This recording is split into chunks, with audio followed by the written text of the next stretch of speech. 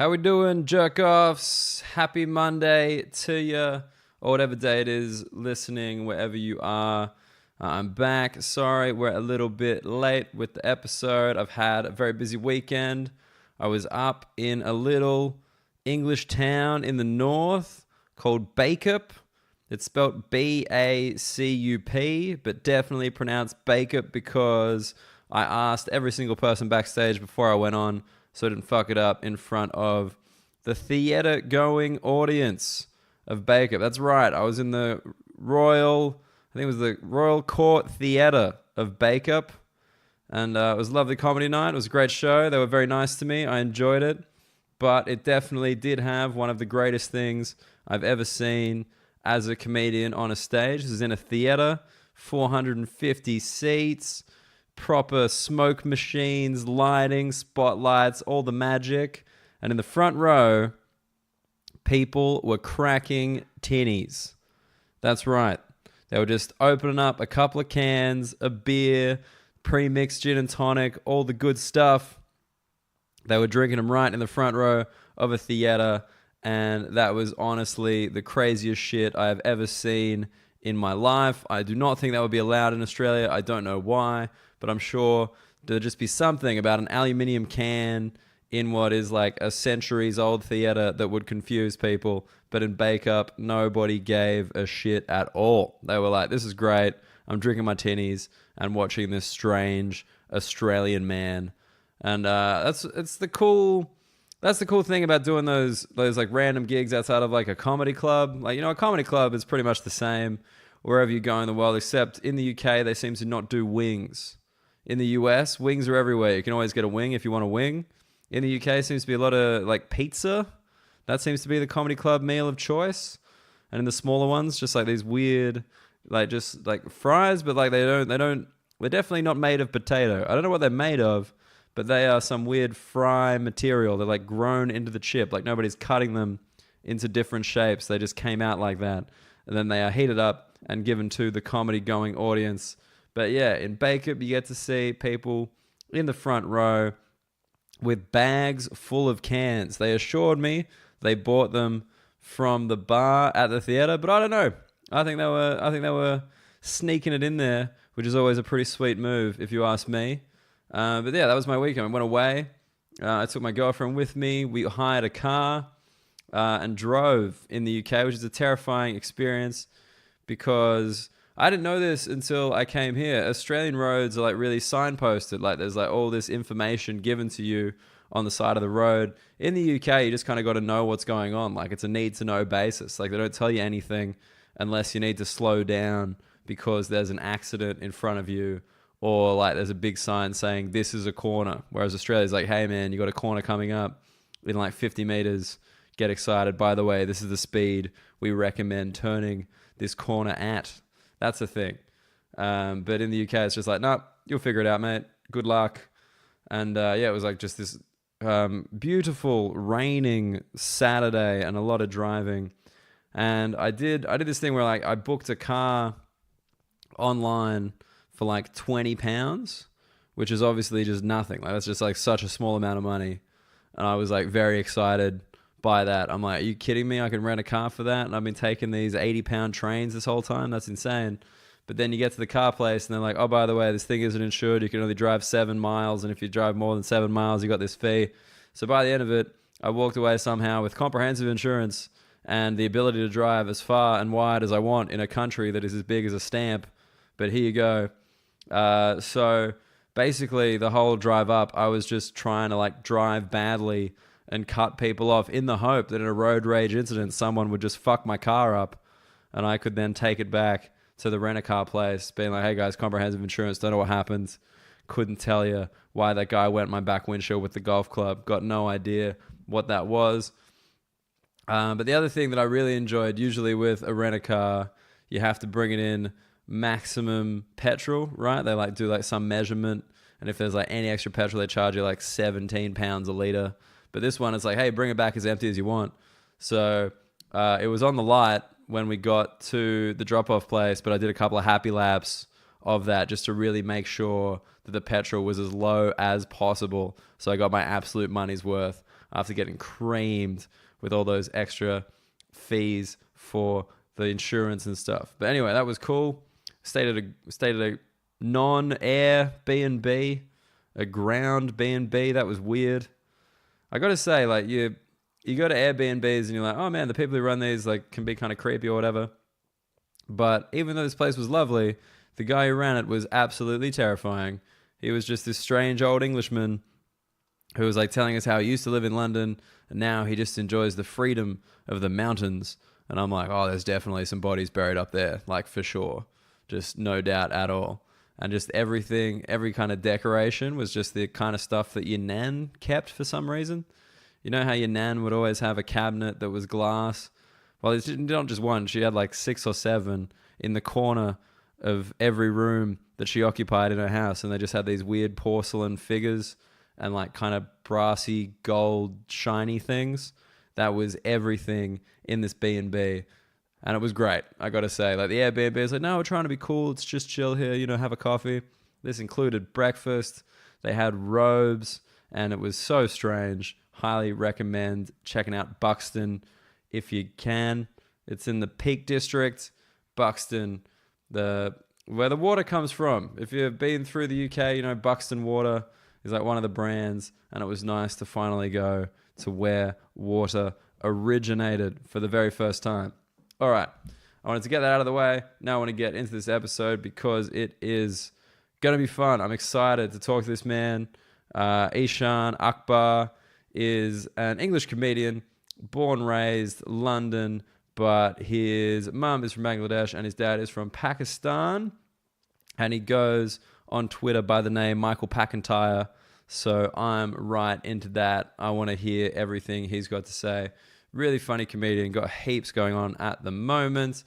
And yeah, it'll be nice to just kind of talk to him about his experience, because we actually were supposed to record this on the Friday, but then he had a gig up in Halifax, which is just as weird and white and northern as Bacup.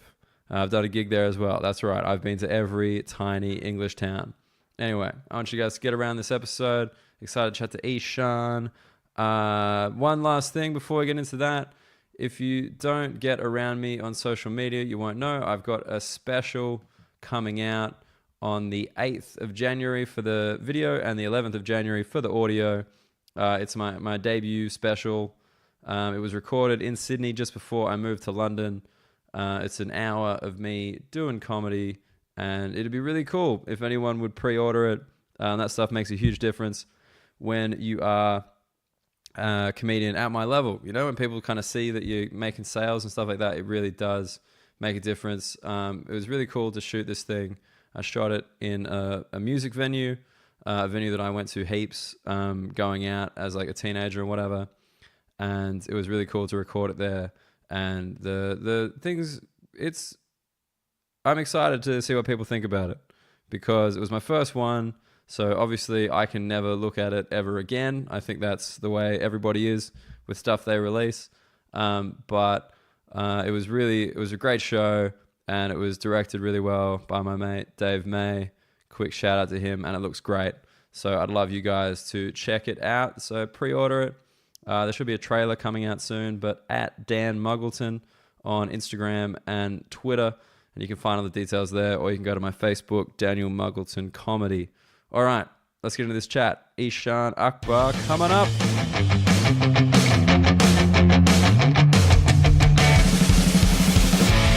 I have been on podcasts and recorded podcasts with people where immediately I was like, oh no. Oh no, this is not going to, okay. Yeah, this is not a connection. I had to do that in Australia, where there's like, I think in Australia there's like 7 radio stations in Sydney. Okay. But there's also a bunch of digital radio stations that I assume upwards of 3 people listen to.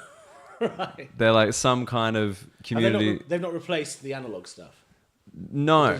These are just like, hey, you know how people want to do radio? Yeah.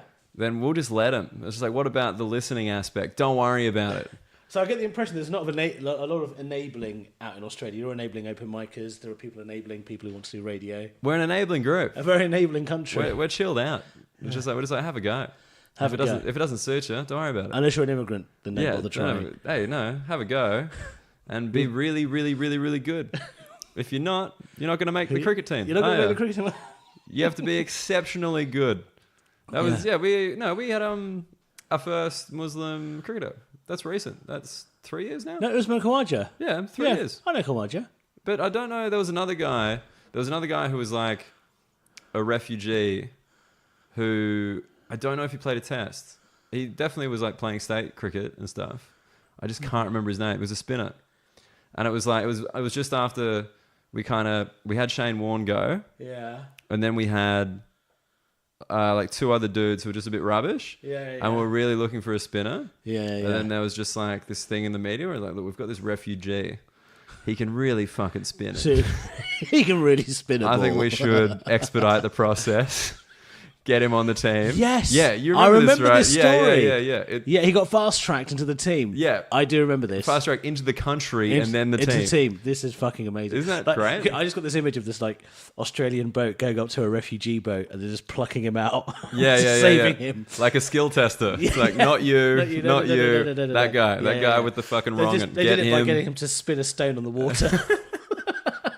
Just like the most brutal test. It's like, look, so here's 3 stumps. Yeah. We've got an old 6-stitcher. If you can rip it here, mate, you're in. And then I reckon that refugee probably took it with open arms. He's like, I fucking hate this boat. Bye, mum and dad. I'm going to Australia. That's a time you have your like artistic pride. It's like, I think they just want me for my spin. Not for who I am. No, my spin. I'm not a piece of wrist, you know? Sexy piece of wrist.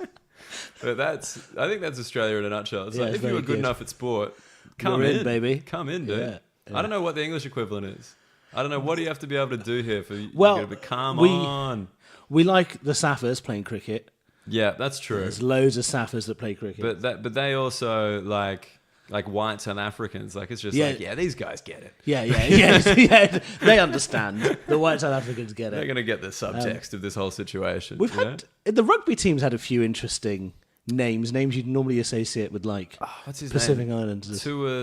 Tuilagi? Yeah. Connor Sanagi, something like that. Yeah. These kind of players. But is there many... Did you say Polynesian? Is that weird? Is that like an old term? I said Pacific Islanders. Pacific Islander. I don't even know. That's Polynesian. Is Polynesian the correct term? It was a thing, but like it makes me feel like a guy playing a 1940s scientist in a movie. And I'm like making sweeping generalizations.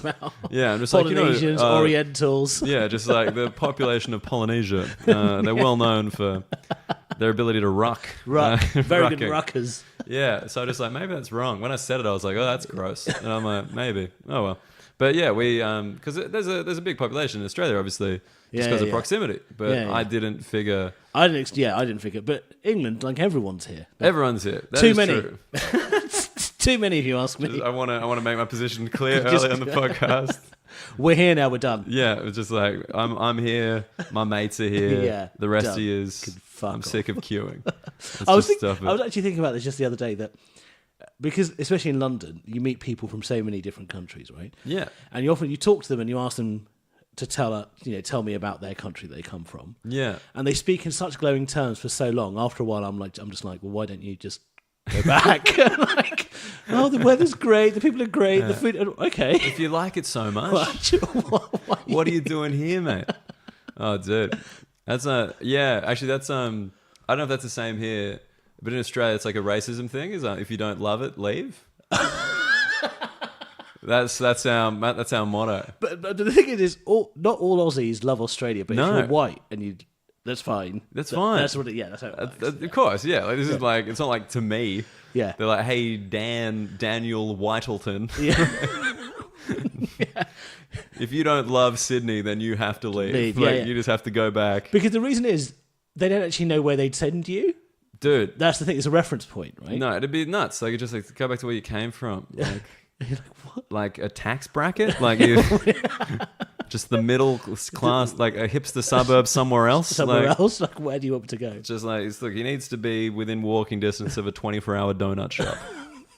That's where this man came from. Yeah, that's where I came from. Take a look at it's weird. Yeah, I was thinking about that shit recently because there's this thing about flat Earth theory. I don't know if you know this. Flat Earth theory believes Australia is a hoax. Oh yeah, no, I heard that you were doing this the other day. Oh yeah, fuck! You saw me do it on stage. Yeah. God, It embarrassing. It was good. It was a good bit. Doing it on stage, off stage. Fuck me. That is weak. That's like just cooking and spinning lemons. You know, it's like, mate, that's your job. You can't be ripping it. Oh. That refugee is going to be cooking, isn't he? Oh, he didn't make the team. I don't know. I don't know what you want to draw from that. That's the genuine thing. Is like I'm a little bit frightened of my country in the sense of like he didn't make the team. Is he still there? Yeah, like, have we just found a way to be like actually something with your paperwork? You're gonna have to go back. Go back to the boat. They just drive the boat back to where the refugees are again. Oh man, they drop him back on the boat. Australia's refugee thing is absurd. Like we've got like an island. You must know. Yeah. Yeah, just like we've got an island where we just keep people to get on the big island, and it's called like Christmas Island. Oh no, that I don't know. You don't know about that? No. Oh. There's a thing called Christmas Island. Yeah, it's called Christmas Island. I don't know if they still keep them there. Nauru is where the bulk of them were. I don't know if they've been transported since. So the refugees, they turn up and they end up in Nauru. Yeah, they turn up. So you get to Australia. Yeah. And then you get put on a plane, I guess. Probably a plane. You can't put someone on a boat and send them somewhere. Like they're not furniture you're taking internationally. Yeah. That'd be it's not the 1400s. Yeah, exactly. It's just like, where's a boat? And in 3 months, you'll be somewhere else. Where else? Yeah. Your thing won't be processed still, but you'll be there. But yeah, they kept there in camps. Yeah, camps, fun word. Never good connotations. Camps. Yeah, so they keep them there and they process them there. And like there's a separate. I think it's just the men that get sent there, but the women and children get sent somewhere different. It's 2018, guys. Come on. I know. We're all the same. Some of the children are probably men. Men, yeah. Some of the women are probably men. Hey, you know. Whoa, probably like 2018. As I said, that's just point to a calendar somewhere. It's 2018, guys. Everything goes. But yeah, that's like a thing. I should know more about it, to be honest. But that's interesting. I want to look that up. That's nice. No, it's offshore processing. That was the big switch in Australia's refugee policy, closing down detention centres in Australia to process people in offshore. Camps. In camps and Malaysia. I think Malaysia's involved. We pay Malaysia to take some. The world seems to be loving camps at the moment. Dude, it's huge. Chinese have got like those internment camps for Muslims. Oh, is that on? Yeah. I didn't even know that was for on. For Uyghur Muslims, they just got bigger and bigger over the last 6 years, and like they try and brainwash them out of Islam. Okay. Into what? I don't know. Like, did you go to one of those camps? Is that what happened? That what happened to me? Yeah. I just kept going to the same Chinese restaurant. After a while, I just ended up with this place of other Muslims. It's like, man, do you want to know where Chinese people really eat? Right there. Straight across. And you have to be there for 3 years. Yeah, but you come out, you're not full. You're not hungry anymore. And you're not Muslim either. It's all over. Okay, bye. Yeah. No, because you were a Muslim man. I've seen your comedy. You've seen my comedy. Yeah, you were. I was raised a Muslim. I was a very devout Muslim. Very devout. Yeah. How devout? What's the devout? Like, so I would lead the call to prayer in the mosque. Okay, that's pretty devout. Is that like being? Can you? I know this is going to sound fucked. Can you put this in like white person terms? So Muslims have to pray 5 times a day. Yep.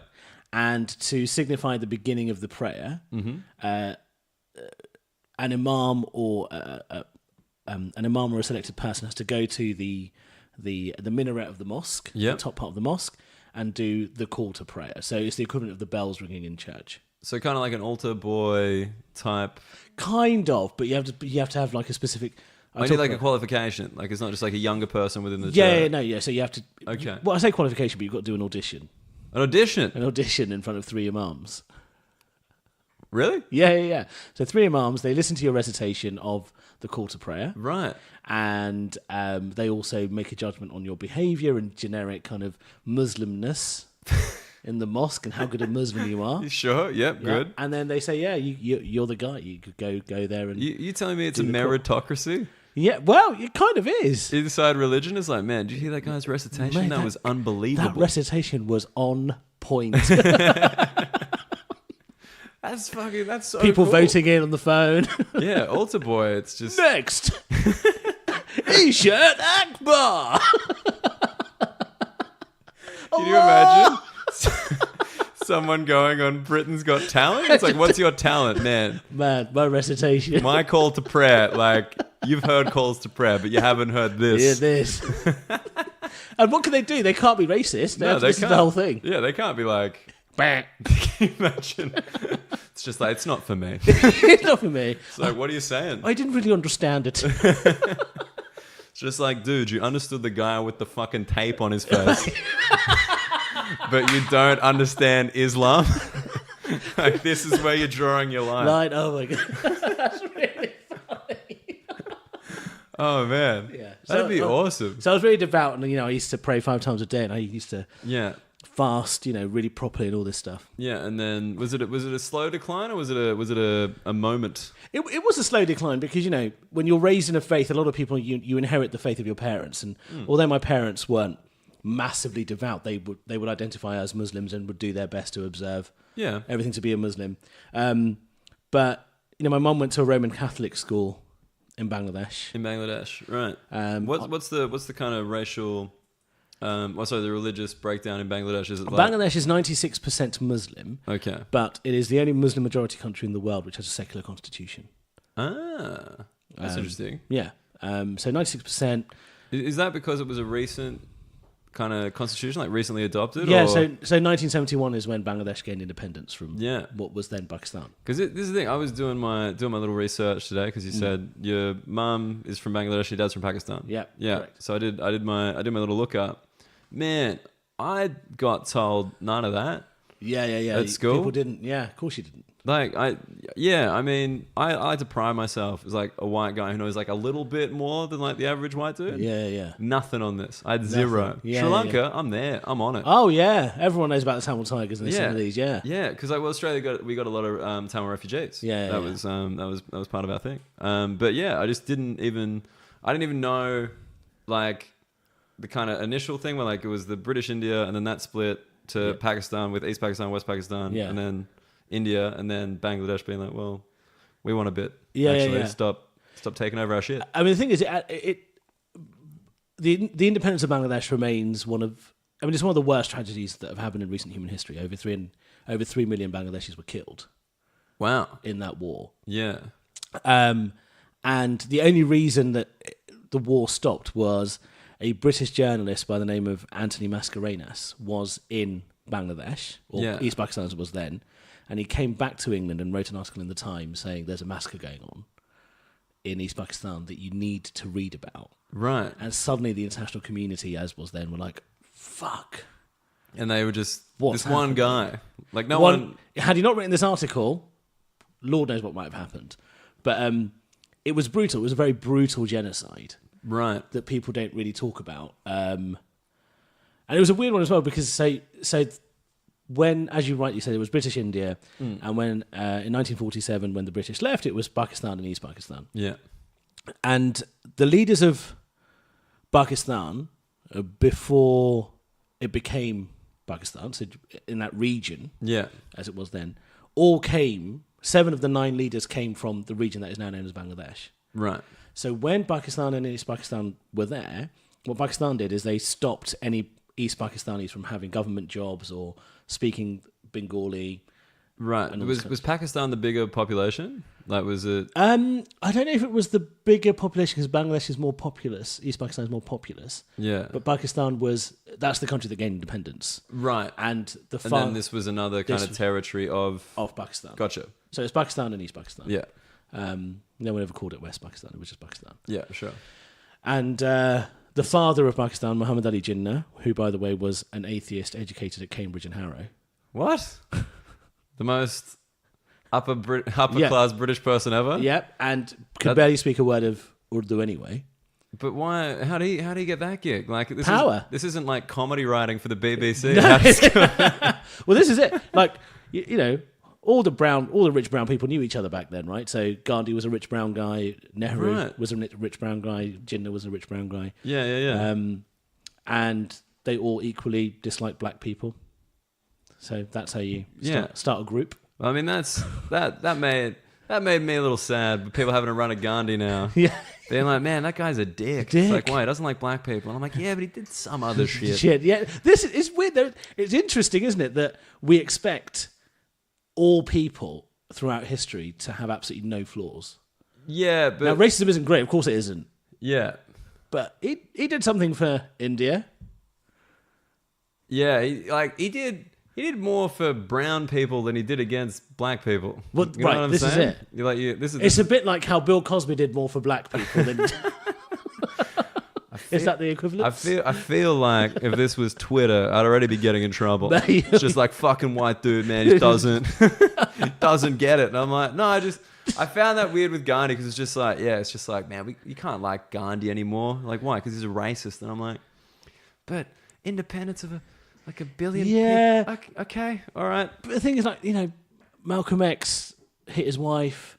Yeah. Martin Luther King cheated on his partner like multiple times. Nobody is absolved of... No one's perfect. Yeah.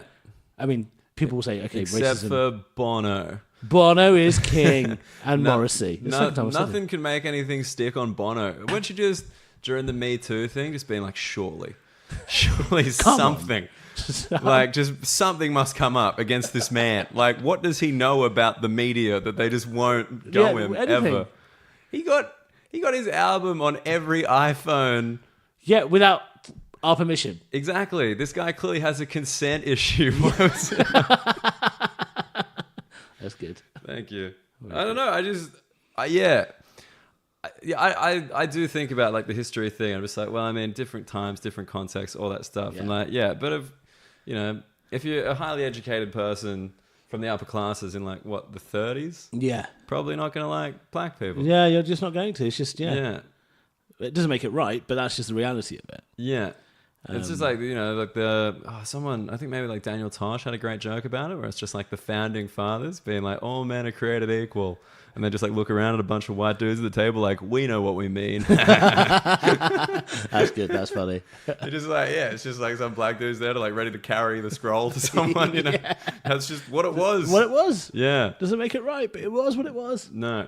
All right, we're getting way off track from Bangladeshi independence. Yes. So there was a crazy genocide and there was just no media attention. So basically, when Pakistan gained independence from India in 1947, on my birthday, as it happened, 14th of August. Really? Yeah. Like that was what was your gift one year? Yeah, basically, because my dad, a Pakistani man, married my mum, and he kind of realised that he'd get nothing in the marriage. The one thing he could hold on to was having me on the day of independence. There you go. So that's nice. That's his win. Don't know how he planned that. Don't want to think about it.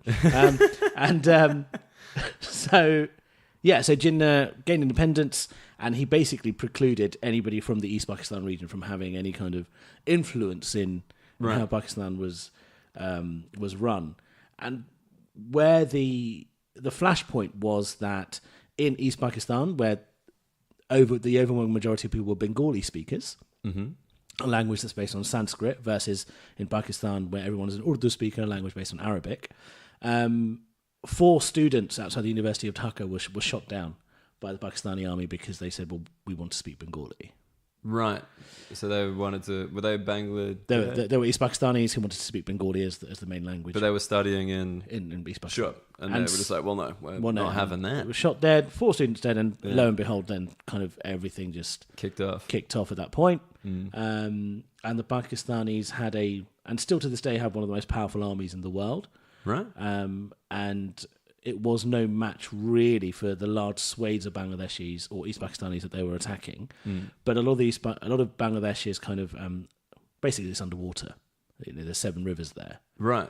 And so what the Pakistani army weren't able to was negotiate those villages.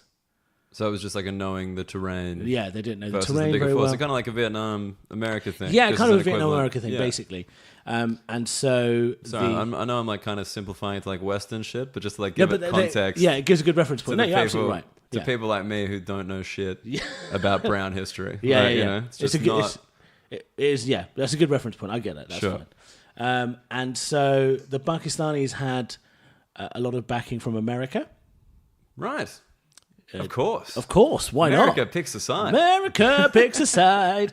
America's never been like, I think we should just let let's just find out who wins this one. It's like, some Browns getting killed. Let's choose a side. Oh boy! Why did they want to support Pakistan? Well, Pakistan had regional kind of thing. A, regional interest, quite close to Afghanistan and that region. Yeah. B, Pakistan is a nuclear power.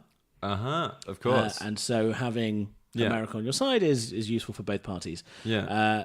In the meantime, one of Pakistan's greatest enemies is, of course, India. Haven't heard of that. Yeah. That's the one I know. Yeah. But only because of cricket. Cricket, exactly. I'm like, this is the classic rivalry. Yeah. Goes back years and decades. Yeah. And so the Indians were like, oh, what? Pakistan's having a fight? Let's go on the Bangladeshi side. Boom. Right. And so India and Bangladesh came together. Yeah. And Pakistan and America came together, and eventually Bangladesh won. Triumphed. What years was this happening? Is this like 1971? 1971. Was that was when it ended or when it started? When it ended, started and ended. Started and it was quite brief. Yeah, quite brief. Kind of 1970, late 1970s was the early kind of movements. Right. And then by March 1971, by March 1971, that's when the real military process began. Right. And by December 1971, everything had come to an end. Right. Wow. So very fast. And that many deaths, even in that short period. Wow. Yeah. Lots and lots of nuts, deaths. Man. Is that that overlaps with the Vietnam War, right? In terms of timeline, or was that just before Vietnam? I think it was just before. Yeah, because I was just going to be like, maybe that's the reason. It's like kind of overlooked, especially in like Western history. Yeah. Because you can't bloody frame this one. Yeah. In communism versus democracy, can you? No, you can't. Exactly. If Bangladesh was communist, mate, I would know all about that shit. Oh, you'd know everything. Mate, they are evil. They want to share. They want to share. Fuck those guys. And so... But your parents...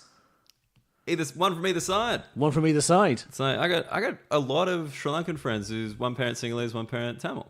There's big... How does that happen? Did your mum live in Pakistan as opposed to East Pakistan? Or? No, or they met over here. Yeah, the story of their meeting is actually I'm writing about in a novel. A novel? Yeah. Shit. At the moment. I didn't realize you were a budding novelist. Just that fucking fancy, bro. Man, I'm just a very fancy novel, guy. Not even a novella. All right, page count. We get it. That's right. Don't need the L and the A at the end. All right, fuck that. This is an Australian approach to somebody trying to do something intellectual. It's just like, I can read. I get it. I get it. All right. Woo! We are the most anti-intellectual people in the world. I want you to know that. If you ever meet an Australian, that is the one thing. You don't strike me as an anti-intellectual guy. Dude, I'm so fucking clever and I tone it down unbelievably. And I will till the day I die. It's important.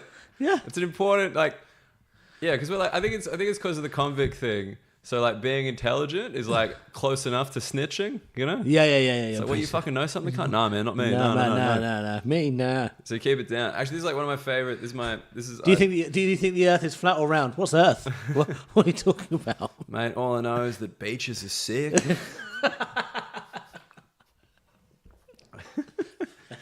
And waves of fucking every shape.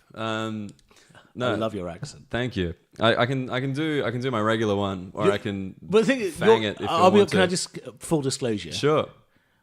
The Australian accent is my least favourite in the world. Dude, it's however shocking. Yours is like soft and nice. Oh, thank you. It's a softer one. This is the educated Australian accent. Okay. Yeah. Like in the same way. Edinburgh-esque almost. Edinburgh. Like the Edinburgh accent is the best Scottish accent. So. I like the Glasgow one. Do you? Because it's more, you know? Yeah, okay. That's my kind of approach to I think most foreign stuff. I'm like, I want it to be as foreign as possible. Okay. You know? Like I want yeah. Am I as foreign as possible for you? Absolutely not. Sorry, you're a severely educated man writing a novel about how your parents met. How white are you? My whiteness knows no bounds. Yeah, exactly. Like I'm looking at you being like, shit, man, you could probably get me some investment opportunities. This is like a level of where do you ski? I feel that's a shout out to our last guest, Tom Horton. Yeah. If you're a comedian in the UK and you talk about skiing, you just tip your hat to Tom Horton. Thank you, Tom. Yeah, you are the king of that. Yeah. But no, but you were obviously born here as Whitechapel. Whitechapel, or as my family call it, BrownMosque. Thank you. Hey, bang, thank you. There it is. There you go. Is that actually a Akbar family joke? Yeah. Nice. Yes, I love that. No, that's the best shit, man. My dad's got jokes. His is the cemetery one. You know the cemetery? Yeah. Driving past a car, family road trip, mate. People are dying to get in there. That's very good. Dude, Liam Muggleton classic. Keep saying it. That's good. It gets funny every time. Yeah, dude, never stops. So I'm just like, I thank him in all my acceptance speeches. Did you see Daniel Sloss's special? Which one? The Jigsaw, and the one about the joke that his dad always makes. Oh. Whenever they have to go and every year they go and clean up his sister's grave. Oh, yeah. And then his dad said, so we had to deflower your sister today. Yeah. I read that and I'm just like, I watched that and I was just like, man. That's funny. I could picture my dad saying that. Thank God I'm an only child. Yeah. But imagine if one day he did say that, just came up to you and said, we deflowered your sister's grave to you. And you're like, I'm an only what? After all this time, this is how you tell me? Yeah. I said, why didn't you visit it any other time? Oh man, yeah. So wait, Whitechapel. When were you live? Do you still live there, or have you? No, moved? I live further east. I live on the border of East London and Essex. Ah, okay. And the parents still in Whitechapel? No, I live with my dad, and my mum is sadly no more. My mum passed away 4 years ago. Well, sorry to hear that. Thanks for bringing that up. Yeah, I know. Every comedian every time. Just like, that's your joke. Yeah. But you live with your dad. Yes. What? Why? Me and my dad and my brother live together. What? You telling me the boys just the boys. hanging? Is that the whole the fam, or do you have any sisters or anything? No, like that's that? it. That's the whole fam. The whole fam. You, your brother, and your dad. Yeah. Hanging out. Yeah. And you're writing a novel about your parents meeting. Yeah. Not a sitcom about you living with your dad and your brother. I am. Of course you are. I've got a sitcom about that too. Yeah. It's called Housemates. Yeah, I've got a sitcom in the pipeline for that. Just like, mate, I love that I've been here like almost a year, and I'm just like, I'm pretty sure I know how British TV works at this point. Yeah. It's just like, wait a second, they all live together? Yeah, give the guys some money. We're gonna explore this. We're gonna explore this. Yeah. So I live with my dad and my brother. That's cool though. Like, is it been out? Is it coming out? What, the sitcom? Yeah. No, so I've written a couple of episodes, and it made kind of the final read through for something called the BBC Writers' Room. Right. So now I'm just developing it further, and hopefully I'll start pitching it and great see where it goes. So that's coming out. So if you like the podcast, in 2.5 years, if you like the sound of my voice, then you'll be like, do you know what, this guy, it's all happening. But so why? How come you guys all live together? Is that just like? Well, so the real reason is my dad and I bought the place together when I was 18. What? Bought the house when I was 18. When you were 18? Yeah. What were you doing in your teenage years? You're like, the only people who are rich as teenagers are like mechanics and drug dealers. Yeah. Which... So I got a job in a bank when I was 18. Yeah. But I got an inheritance, which paid for a deposit. I see. Okay, so you were smart with your money. I was smart with the money. But basically, the reason I bought the house and didn't spend it on other substances... Or jet skis. Or, yeah. is also explored in the novel. So, you know, everything my parents went through upon them getting together led to a number of events that eventually led to me almost having to buy a house when I was 18. I guess so. Which we can explore, but that's basically the headline story. The headline story, okay. And your brother just lives there freeloading like a champ. Having a lovely time. He's a teacher. Teaches philosophy. Teacher. Yeah, but you got the job in the bank. Was like what kind of banking we talking? So at 18, I was just like normal in a high street, and at 21, I became a private banker. So I was doing wealth management for celebrities. Wealth management is always one of those jobs. It's just like that definitely pays well. Yeah, it pays. If it's got wealth in the title, it's got to pay well. Yeah, it paid fine. And then you had a crack at that. Did that require like university or anything like that? Yes, I went to university. Which one? Where at? Queen Mary in London. In London? So you're like London. I'm very London. London. You're as London as it gets. Yeah. My first job was here. My university was here. The first time I had sex was here. That's good. Yeah. Which suburb was the first place you had sex? Where's what? What suburb did you first have sex in? At home. At home? Yeah. BrownMosque?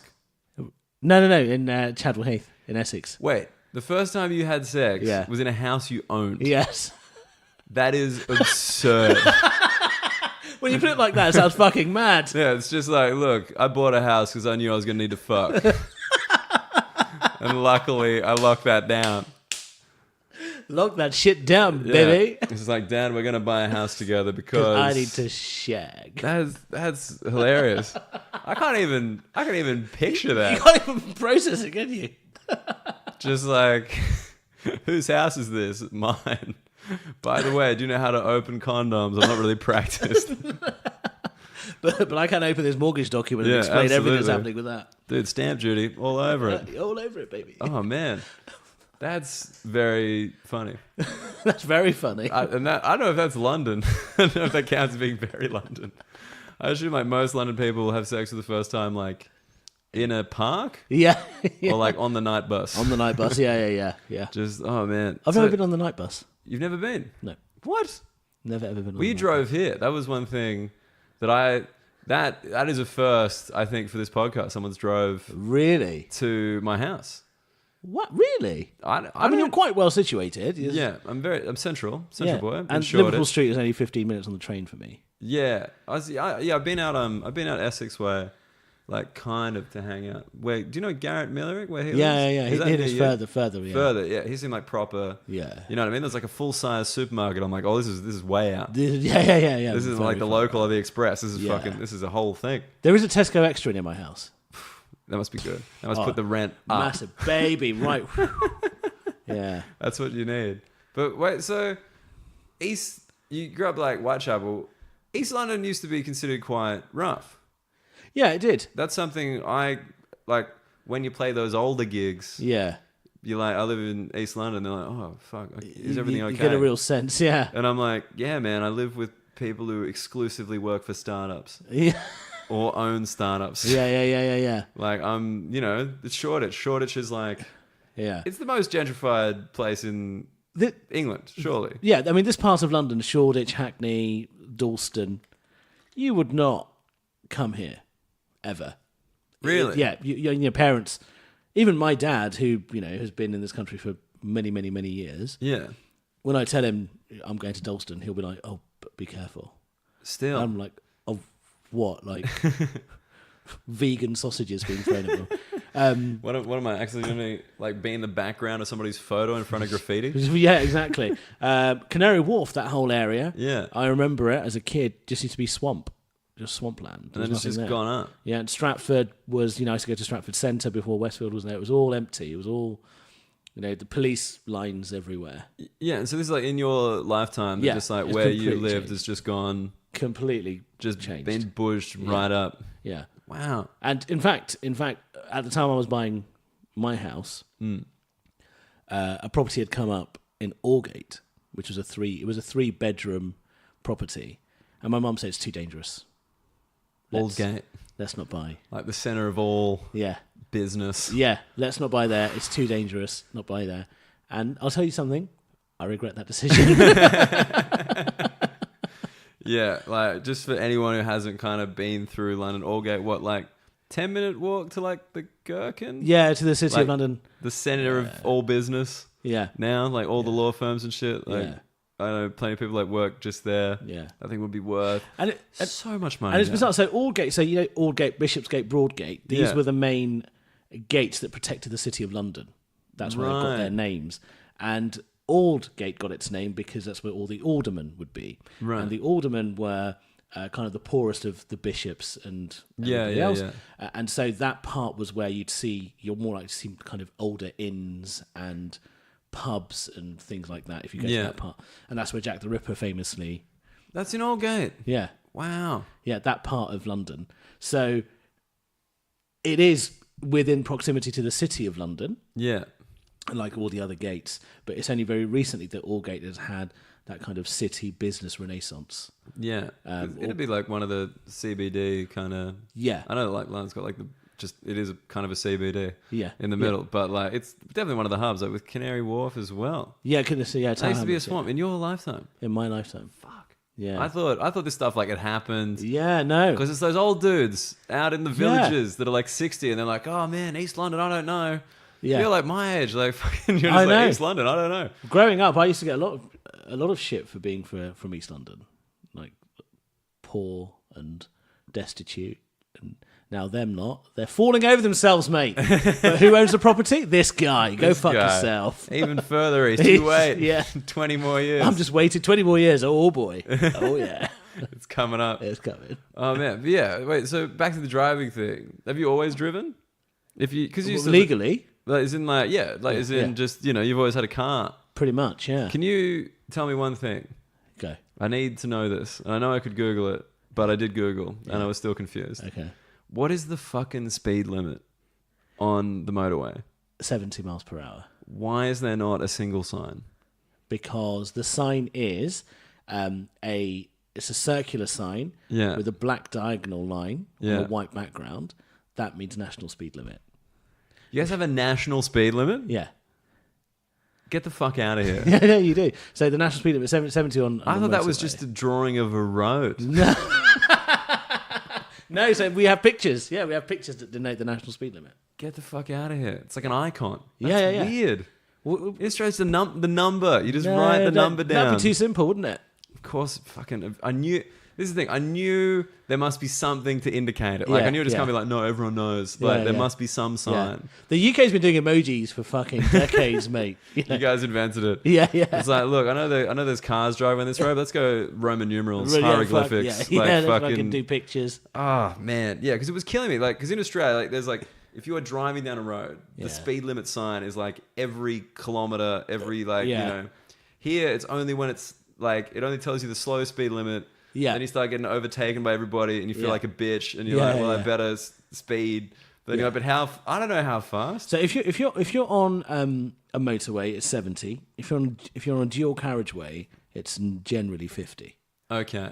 So what's a dual carriageway? So a dual carriageway is where, the best way to think about a dual carriageway is if you've got two roads running parallel next to each other. Yeah. If you can throw a ball and it rolls all the way from one end to the other end, that's a motorway. Yeah. But if it stops halfway, it has to be blocked by something, that's a dual carriageway. Right. Okay. So it's like when there's a divide. I sound like such a dick. You don't. I'm such a geek.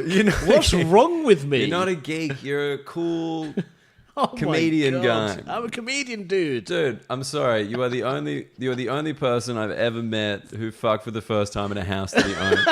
You can never not be cool. You could never not be cool after that. You know what I mean? That's true. That'd be like, I figure, I can only assume, this. You know how like you listen to songs when you have sex? I assume Justin Bieber listened to his own song the first time he had sex. That's level of coolness. And that's what? I'll take that from you. Exactly. Yeah. That's nuts. Like I'm gonna have to deal with that for a week. It's being like, can you imagine going into green room saying, Eshaan? Yeah, just like, hey Dad, as co-owner of this house, I'm gonna bring a girl home, probably skedaddle. And just your brother, just kick him out. He doesn't own shit. Just kick him out of the street. Yeah, get out. Are you the eldest or is he the eldest? I'm the eldest. You're the eldest. Okay. I'm 10 years older. 10 years older? What? Yeah, we're 10 years apart. You got a big gap. A huge gap. Interesting. Why was that? I think my parents had a difficult marriage and then tried to save the marriage. With your brother? Yeah. I guess it works. It kind of worked, yeah. He's a lovable scamp, still living with your dad? He is, yeah. There you go. That's cool. He's a good little egg. So you're an only child for ages. I'm an only child. Yeah, how's that? Mate, well, I guess you don't know. I don't know anything else. That's the thing. You were like one of the few people that has like a proper point of comparison. You had 10 years 10 solo. Years. Yeah. And now you've had another 20, Yeah. co-pilot. Well, you're the captain, he's the co-pilot. Well, the first, until he was about 8, I was basically his carer. Right, because your parents were both working? Yeah, working, or mum was ill, whatever it might be, but also because he's my younger brother. Yeah. As a 10-year-old, you get thrust into this responsibility of kind of changing nappies and whatever. So it was a bit of a weird thing. For 10 years, I was the only child, pampered and... Getting everything. But I was really excited about the prospect of having someone else in the house. That's cool. But then when he came in, I couldn't be competitive because I had to look after him. Yeah. And I really enjoyed taking on that parental role. And it was only when he was 8 or 9 that I started realising that he's kind of going to do his own thing. Oh, right. You didn't have to... Yeah. You were like a proper, like, helicopter parent? You just around? Just around all the time. And then he was like like, all grown I'm up. 9, you need to stop taking my pants off and wiping my ass with me. And, and 10-year age difference, you're just like 18, just being like, dude, I'm just trying to tell you about how I fucked in the house. This is sex. This is cool shit. You're going to love this, man. Like, I'm shagging her while holding the mortgage deed in my hand. Just wiping my brow. With the house ownership papers. Still legal, right? Oh god, this is great. I would love to be able to do this as a bit, but I'd sound like a fucking smug cunt. No, I mean, I don't think so. I don't think it sounds smug. I think if you are as incredulous as you are now, I can't believe you never thought about it. Like, I'm the first guy to be like, wait, what? Yeah, you genuinely are. The way you put it is the first time I've ever thought of it like that. Yeah, you know what? Like other people had to do. Actually, fuck. All right, just to make you feel better.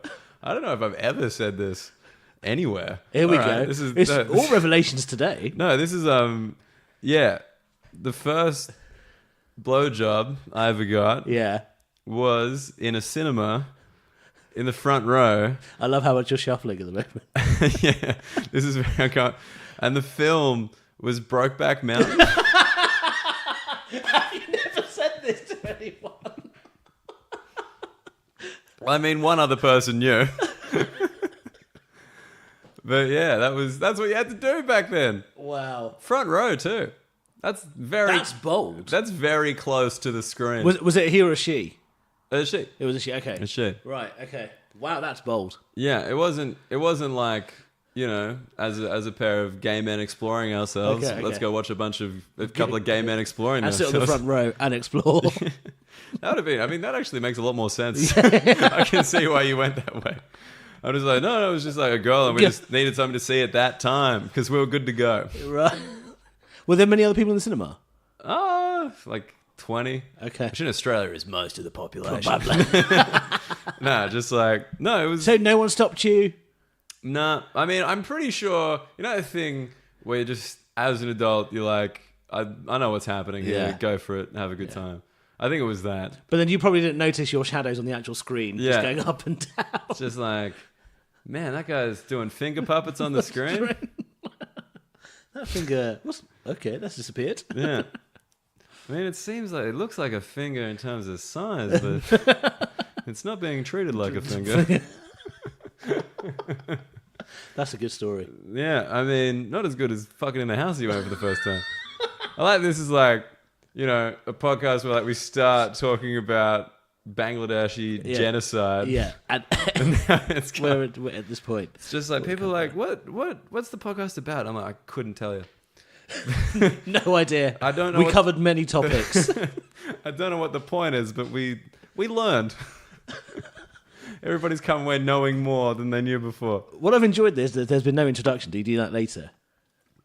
I do a little intro. Usually I say like we're here with like Eshaan Akbar, but you know, just like I didn't want to do that thing where I'm like Eshaan, and you're like actually it's Eshaan, and I'm like, for fuck. Ah, fuck. You know, Eshaan is correct. Eshaan, good. Eshaan, yeah. I get stitched up. Because I used to like compare a lot in Australia. Yeah. And I'd always ask, you know, because like get the name right. That was like a thing. Because it's funny, because I realized I do it even with like Russian like literature, you know, just like, it's just some fucking Russian name. Yeah. Like, you know, you just don't really retain it. You're like, no, you really should retain it. Because like Daniel Muggleton, that's just as ludicrous as like Suren Jayamana, you know, he's like a good friend of mine. Yeah. Like if he has to learn this, I have to learn that. You know? Like absolutely. That's just equivalency. So like I'd always be like, all right, what's your name? Is this how you say it? Like I just want to make sure I get it right. I think you were able to pronounce it Eshaan properly though because you're Aussie. English people can't actually say Eshaan; they say Eshaan. Eshaan. So I've grown up saying Eshaan. Well, you know the reason I was unsure of it is because I've heard other English comedians call you Eshaan, and I'm like, fuck it, what? Yeah, I call myself Eshaan to be fair. Really? Just for ease? Yeah. Nice. Yeah. I say Eshaan Akbar. Yeah, and just so people are like, oh, okay, we get that. We get that, yeah. We can Whereas Eshaan just seems to blow their fucking tiny minds off. They're like, what? 2 A's? Are you fucking kidding me? Get out of here. How many vowels do you need? Wait a second. And then Welsh people are like, we get it. We get it. We get it, David. Oh, dude. Wait. I want to get back to this. Okay, let's talk about what the podcast is meant to be about. No. Just before we got started, we'll talk about these gigs up north. Just because, like, Yeah, because like you're like pure London. Yeah. And like in London, like a brown dude. Yeah. Who cares? Yeah. Right? Like there's no, oh, look at him. There's like, no novelty to it. Exactly. Yeah. It'd be absurd. I mean, I assume there's probably still some like kind of racial shit that like happens. But I've been unbooked from a gig because they've already booked, and I quote, an ethnic. That's happened. An ethnic in London. Not even specific. Not even specific. Just an ethnic. What even count? Do I count as an ethnic over here? No. What do I get an international? You get white pass. No, you don't. I'm just another straight white guy. You're just white guy. Fuck. I'm not getting on TV. Yeah. Sorry, I've taken your spot. Man, honestly, it's about time. Just if Twitter's listening, wanted to get that out there. All right, so, all right. What was I going to say? So in the small towns, though, surely it's still they look at me like I'm pretty exciting. Just like, wait, what accent is that? This ain't northern or like what are the other ones like Devon? Like Southwest or Geordie. Taunton. I've been to Taunton. And they just look at me like, who are you? Yeah, what is this? Just like in those places where you're like, I'm pretty sure the motives are still dial up. You know, like that kind of like is it a problem? Or I wouldn't say it's a problem. Fun? I really enjoy it. Right. So in 1 week, last week in fact, last week I went to Dorset, Somerset, and Abergavenny in Wales in 1 week. Wow. Okay. That is rural. Yeah. And the audiences were 400 plus strong every time because I was doing tour support. Yeah. And over those 3 gigs, there was only one Asian person across the 3 nights. Get out of here. In those 3 audiences and no black people.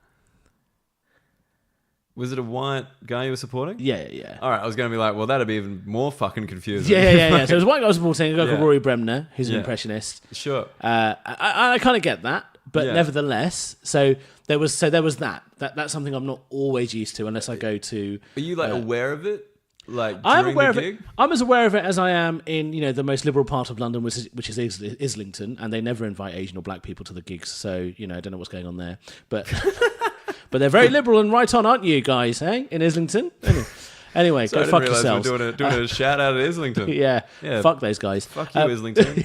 By the way, I'm not getting on TV. I'm available. If you need another white guy, I'm right here. I get very angry with that sanctimonious lot. Anyway, so the kind of like we're allies, but we're not fighting. Yeah, we're not. I mean? Those kind of guys, and they're the ones who are very quick to say, "Oh, actually, I know about your plight. I've been to Goa." You're like, "Yeah, okay, mate." Like the old American intervention in the Pakistani thing. We're going to send any troops? No, but we're on your side. Yeah, exactly. It's just that racism to me is worse than if someone just looked at me and went, "You're a Paki, I hate you."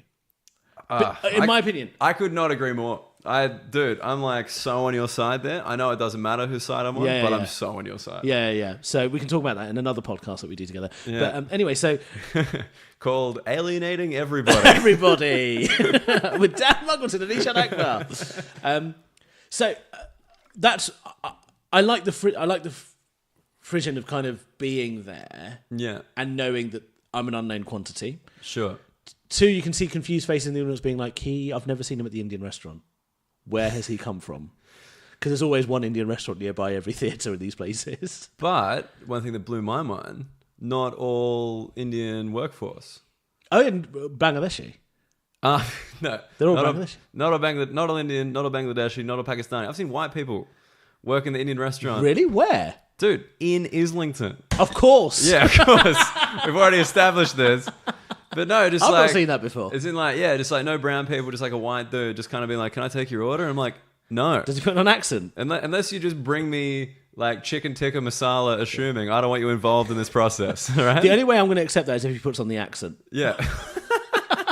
Somehow that's better. Yeah, it's like maybe you grew up there, like Kipling or something. Then it's fine. I'm like, okay, there's a justification for you being here.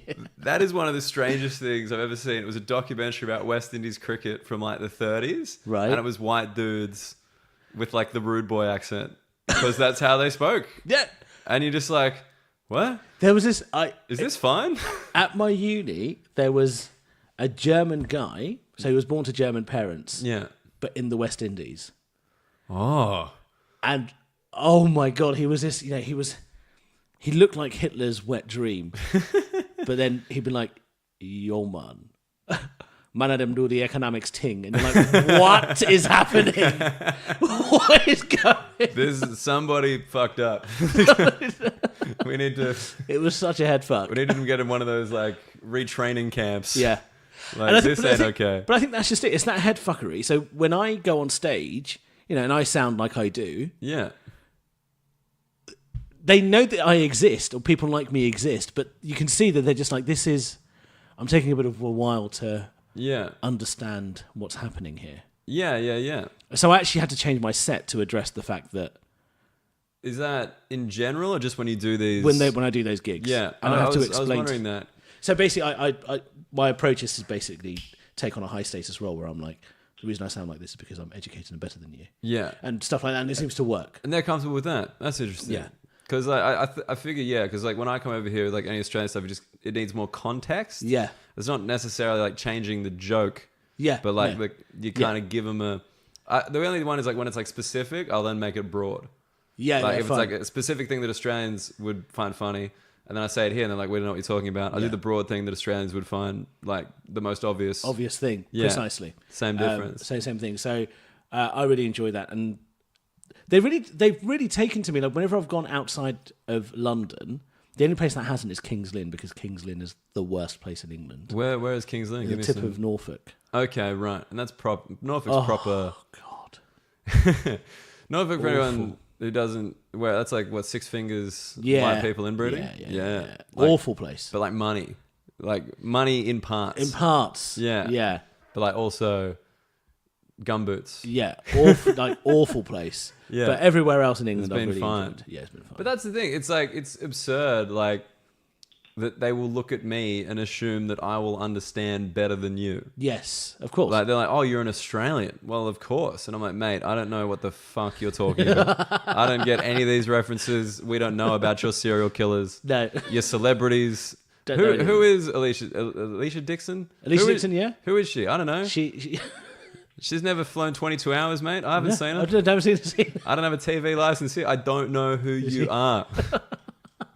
Like, and it's just weird because they look at me like, but of course, they're like, no, dude, I don't have context. Whereas, like, obviously for you, like, this is all you've ever known. Yeah, I'm English. I'm a Londoner.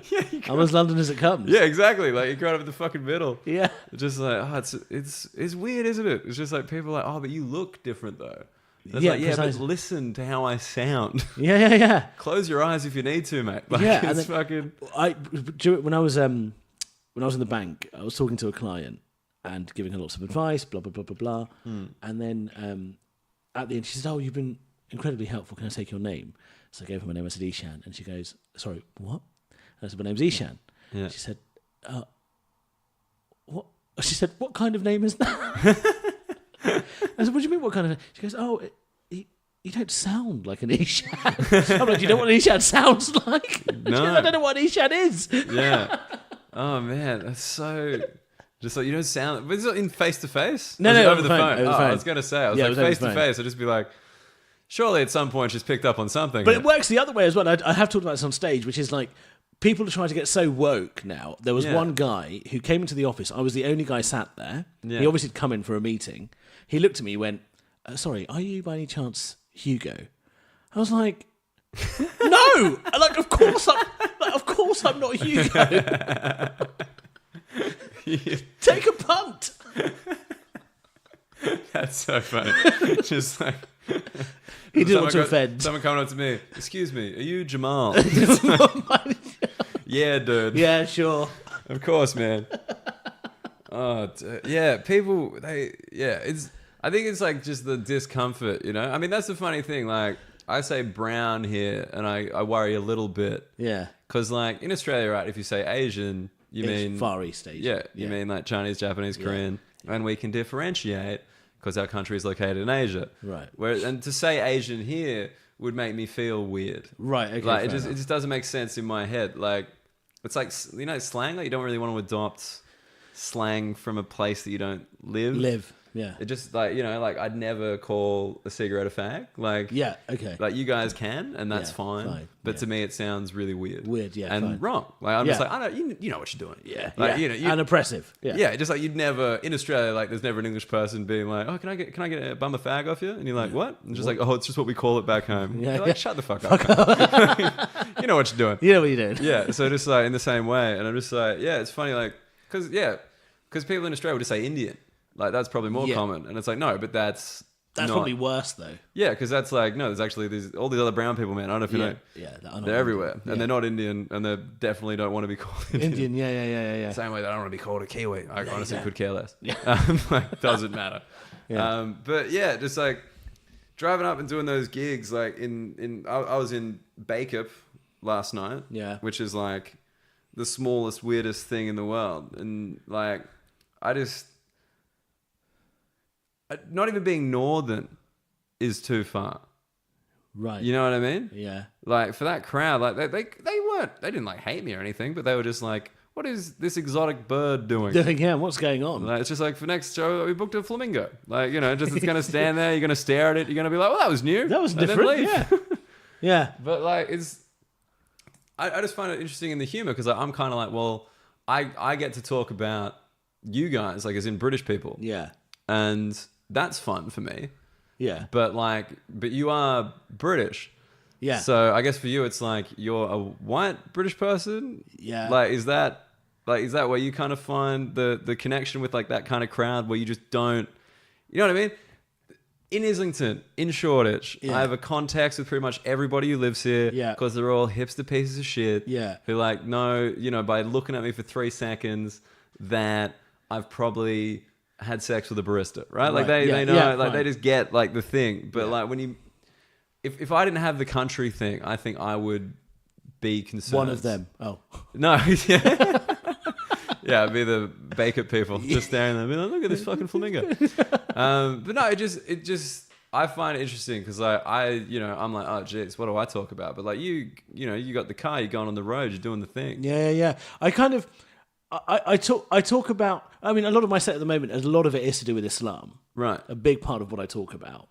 And do you feel pressure to talk about it, or just that's what you want to talk about? That's what I want to talk about. And I think for me, it's especially interesting because I don't practice it anymore. Sure. And I think that there is a discourse where, and rightly so, to an extent, rightly so, where there are Muslim comedians who talk about how difficult it is being Muslim. Sure. And I think, there's a lot of bad stuff that goes on. But what I try to do is give another perspective, which is like, it's difficult being kind of anything at the moment. And I don't want to play oppression top trumps. And, I want to talk to you about how you can be a Muslim and also just do this stuff as well. Yeah. And give that perspective. And I think because I'm giving that voice, it kind of softens it a bit for the people who are outside of London. Sure. Because everything they read seems to be like Islam is angry and Muslims are angry and blah, blah, blah. And here I am saying, hey, I don't practice it anymore, but I also know quite a lot about it. And I come from a Muslim family and I'm not here trying to kill you. Yeah. And I'm also not talking about how you're being mean to me. Yeah. Yeah. That's an interesting point. So, and I think that's why I do often get comments like, oh, it's not you we have a problem with, or... I get you're one of the good ones? Yeah. I get that, which always it makes me a bit uncomfortable, but also my ego likes it. I'm like, yeah, you're right, I am one of the good ones. Thank you so much. I think he means comedians. I'm one of the good comedians. So yeah, but what was interesting in your question as well, though, was do you feel pressure to talk about it? And I think this is where, kind of linking it back to the podcast. Sure. When you are in England and you come from a Commonwealth country, being a comedian as an Asian comedian, I don't even want to say that, but a comedian who is Asian, sure, that comes from 2 Commonwealth countries, I end up feeling like I'm representing everyone.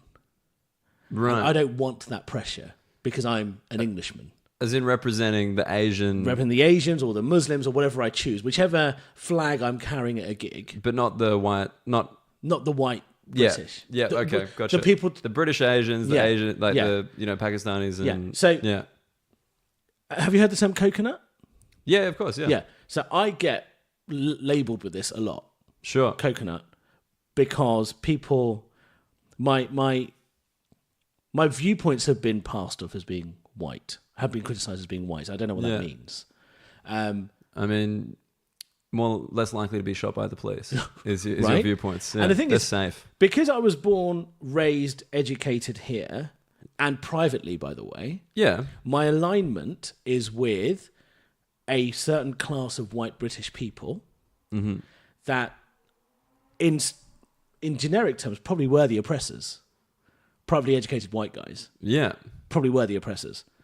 The way I view the world is there's a lot of stuff that aligns with them, but there's also a lot of stuff that aligns with the fact that I was raised in an Asian Muslim family where I wasn't allowed to speak English until I was 7 years old. Ah. So English was the fourth language I learned to speak. Right. And so my perspective tries to straddle these two things, and I never quite know where I belong half the time, because here I'm too brown to be English. Right. And amongst Asians in this country and in Bangladesh and Pakistan, I'm too white to be them. Oh, yeah, way too white. Way too white. Do you see what I mean? So it's just like, well, I'm just going to try and be funny then. Yeah. You know? But like that's like an interesting... Because, it's like that thing. Like, if you look, you're going to think, oh, here's this man representing the Asian community. Yeah. But if you listen, you're going to be like, oh, here's this well-educated British man who used to work for the bank and owns a home. Yeah. You know? Yeah, that's the profile. And the difficult thing is with stand-up comedy, looking at you and listening to you at the same time. Is a head fuckery. Yeah, so they're like, fuck, who do I believe? My ears or my eyes? I especially like it in that accent. Yeah. Fuck. Oh, dude, Australians do disbelief good. That costs how much? Like, yeah, disbelief is great in your accent. Yeah. It's just like, you're from where? Fuck.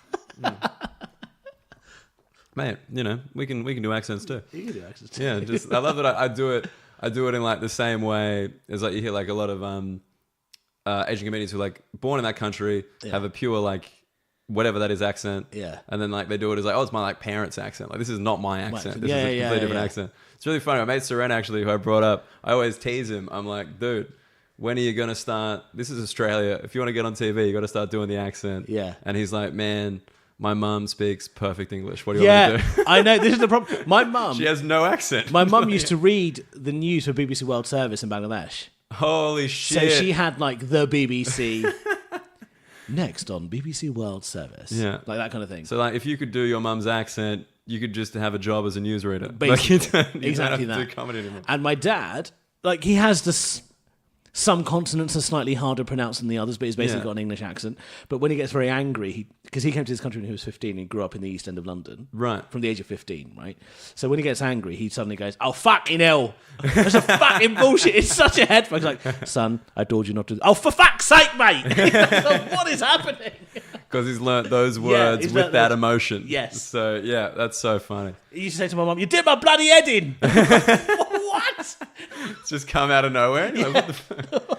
I used to have like a lot of like Asian mates at school, and they'd be speaking like Mandarin to their parents on the phone. Yeah. And then like I just wouldn't be understanding anything. Obviously, I don't speak Mandarin, and they'd just be like, chips. Yeah, I'll have some chips, and they go straight back in because like you're not having chips in Hong Kong where they're from. It's like no. So it's just like you use that word. Use that word to describe it. It's from that thing. Yeah, very funny. Oh man, we're out of time, which kind of... Are we? Yeah, we've made it. Shit. Very quickly, which is irritating. Yes. I feel like you've got so many bullet points and we've covered none of them. No, we got through most of it. I mean, I think it's really interesting where you're just like, yeah, like obviously I went to school with all these like cultural elite people. Yeah. And then now I just got on stage. It's like, who's this rags to riches brown man? Isn't he going well? And you're like... Yeah, I've been going well for ages. I've been going well from the top. Yeah. Like, this is nothing. It's been going well, baby. Yeah, no, it's it's funny because like, sorry, the thing that I thought of was just at the top when you were talking about Gandhi and like all these like leaders, like the founder of Pakistan. Yeah, Jinnah. Of Pakistan. Yeah, like they all went to these elite English schools and then kind of went back, and you're just like in a similar position. You know? Not as elite as them, but yeah, pretty similar. Yeah. So it's just like, it's kind of been going on for ages and still no one's figured out what to do with it. Yeah, no, like, my granddad, he was a barrister who helped write the Constitution of Bangladesh. He wouldn't, when people tell me about Bangladeshi's oppression, I'm just like, well, I don't know that. I don't really relate to that side. And this is actually a problem. It's become a problem when now that I'm flirting with TV producers in the industry, which is that they want to hear a story about Asians that fits their own narrative and understanding. Yeah, they want to hear that one they've heard before. Right? And so the problem is, my narrative to the wider BBC audience is not going to be interesting to them because that doesn't fit their understanding of the world. Right. And so as a comic, I'm kind of like, well, I can't pretend to be something I'm not. No. The sitcom I write is going to be about the fact that I own my home with my dad and I can't have sex because of it. That's the funny bit, right? But that's not... I mean, we've already proven that premise false. False. And also, when I get stopped by police, I'm like, can I help you, officer? They're like, no, you're fine. Yeah. Yeah. No, it's like, it's funny because they obviously want...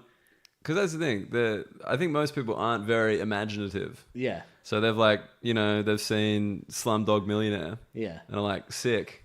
Let's make our Slumdog Millionaire. Yes. Let's make, that same show again and again. Yeah. And it's like, no, isn't it more interesting that I'm not that? Yeah. I think so. Like, because I'm the opposite. I'm the boring thing. I'm like, an Australian guy's come to the UK. Oh, well, this is similar, but also slightly different. Yeah. Please, thank you for listening to the podcast, which this is all about. But you know what I mean? Like, that's not a particularly fresh perspective. But just lived here the whole time, had this incredibly British experience. Yeah. But then it's just still just kind of be like, no, it's an Asian guy. It's yeah. Exactly. Yeah. I don't know. What do you do though? It's just going to take time. It's going to take time, and I'm going to keep doing what I'm doing, and hopefully at some point. I mean, it seems like it's going pretty well. It's going all right, Yeah. When was the last time you had sex in your house? Last time I had sex in my house was about a month and a half ago. Month and a half? That's all right. I've been having sex in other places since. Really? Yeah. What? Why would you ever leave? You're on the road.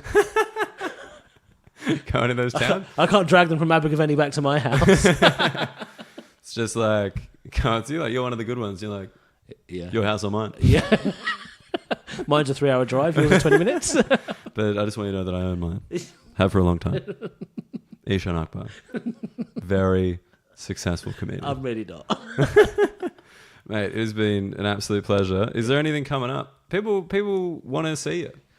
This is the thing I've learnt with the pot. Really? If they want to come and see? They want to have a look. They want to see. Well, in February, I'm doing my show that I did at the Edinburgh Fringe called Profit Like It's Hot. Profit Like It's Hot? A pun and Islam. How British is this man? How British is this man? It's on at the Soho Theatre in February, from February the 11th to the 13th, so come and check that out. Great. My Twitter handle is at Eshaan Akbar, but you might find it if you search Michael Packentire as well. Michael Packentire, I've seen that and I do enjoy that. Thank you. That's good fun. So all my upcoming gigs are on my website, eshaanakbar.com. Everything he just said will be put in the description of this episode. Eshaan Akbar, pleasure. Dan Muggleton, pleasure.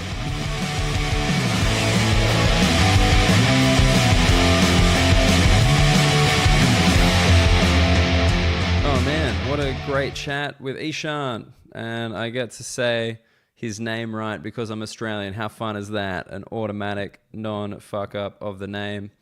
Eshaan Akbar, as he said, he's got a show at the Soho Theatre, Profit Like It's Hot. Please go get some tickets to that. Go check him out live. It is always really cool for any comedian when someone hears them somewhere on a podcast, in an interview, for some blog, who knows, and then you actually turn up to their live show because that's what we want. We do all this stuff so more people get to see us perform live. So I'm sure I'd really appreciate it if anyone comes down.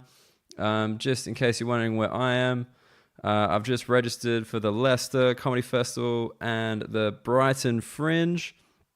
That's early next year. So Leicester, I think it's February 10th. And then Brighton, it's a few Sundays in May and June. I think the 12th, 19th, and then the 1st, I think I'm going to say the 1st or 2nd of June down there. They're all pay what you want or £5 shows. You go check them out. All that information will be on my website, www.danielmuggleton.com, where you can order that special. Please do that. I would really, really appreciate it. And if you are a fan of the podcast, if you do like listening, please subscribe. Please follow it. We're on iTunes, Spotify. I highly recommend listening to us on Laughable. That is the app I use to listen to any podcast I want to listen to. It's comedy podcast and it's also regular podcast. And they have recommended episodes, comedian of the day, all that stuff. It is a great way to discover new things to listen to. And I highly recommend it. They don't give me any money to say that, by the way. I just genuinely mean it. Beyond that, if you want to like or review us on iTunes, that would be great to help as well. The Union Jack Off. We're on Facebook as well. And please get in touch if you got anything to say. I love to hear from listeners. All right, that's it of this week's episode. I really wish I could have talked to Eshaan for longer. It was just such an interesting chat. Maybe I'll get him back sometime soon. But until then, I got some great guests coming up in the next couple of weeks. See you guys next Monday. Cheers. Bye.